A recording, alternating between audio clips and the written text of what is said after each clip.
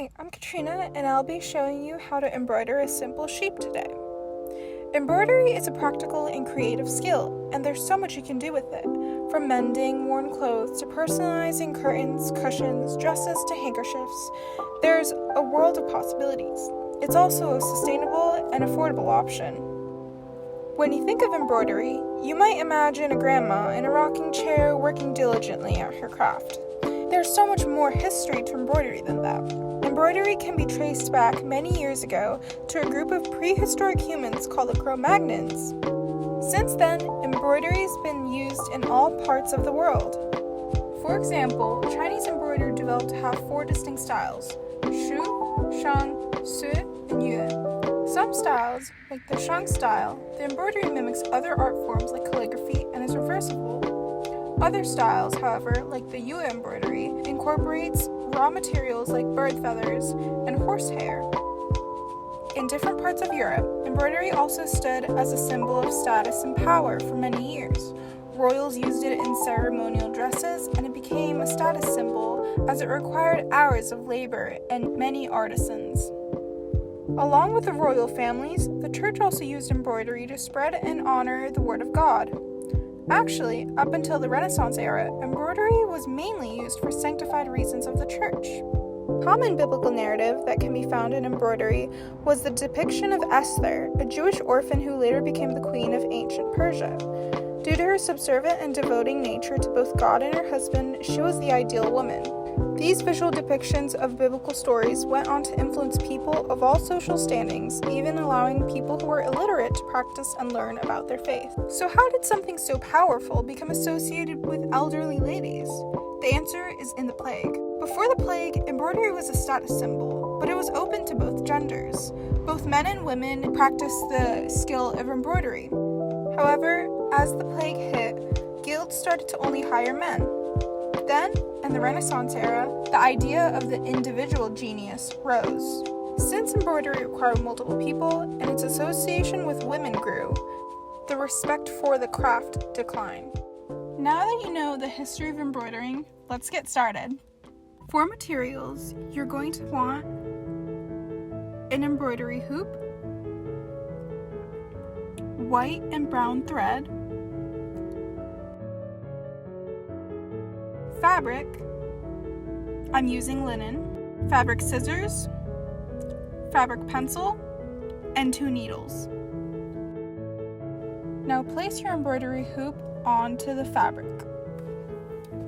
Trace with your fabric pencil to make a little square, and then cut the fabric outline.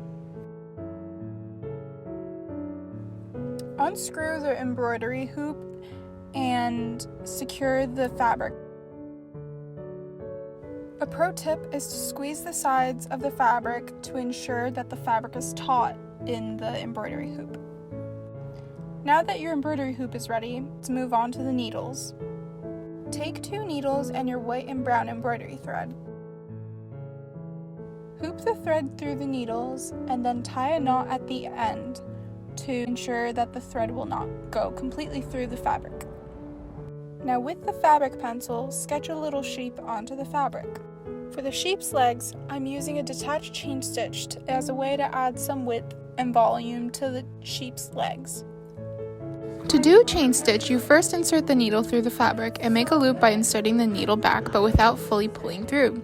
Then insert the needle at the next point, making sure to loop it through the first loop. Then insert back into the fabric.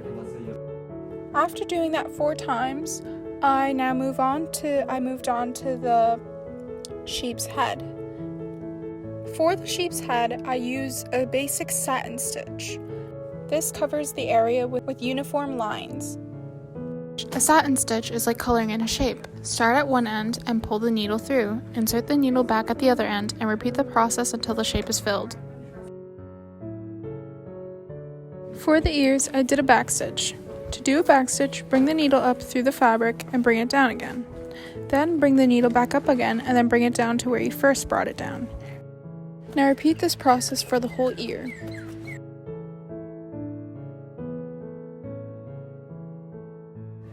Now that we're done with the brown thread, tie a knot in the back and cut the excess.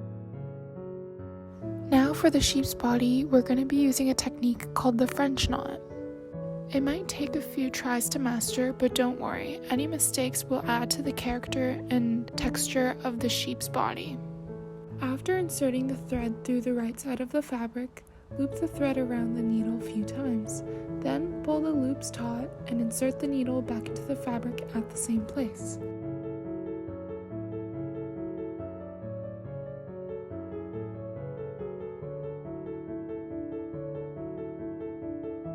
Pull the thread through and voila, there's your French knot. Now repeat the steps for the French knot as many times as it takes to cover the whole body of the sheep.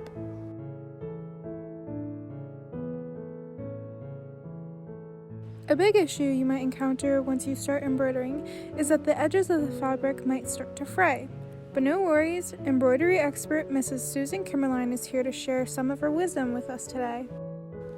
And then I think it's really smart with what you did with the edges of the fabric. Right. So could I have you explain a bit on that? Yeah, this fabric that I have is just this kind of cottony fabric that's described as cross-stitch fabric, but I think it works for any kind of embroidery stitches. But I noticed once I cut down the size piece I needed, it was starting to kind of like have the weave of it was fraying. And so I said, all right, that's going to fall apart if I don't do something. So I just taped the edges of it with just masking tape. I think if I had been at home, I might have thought to sew along the edge with like an overcast stitch, they call it, where you kind of makes a wide zigzag stitch along the edge of fabric when you sew. But that would be another way to kind of keep it from fraying. I hate fabrics that do that, but some do. They can be kind of frustrating to work with when you're making slip covers. But that's the step that you take, is you kind of sew along the edge of it, or you add seam binding to kind of keep it intact. So everything's an extra step, but I don't know, it's part of the problem solving.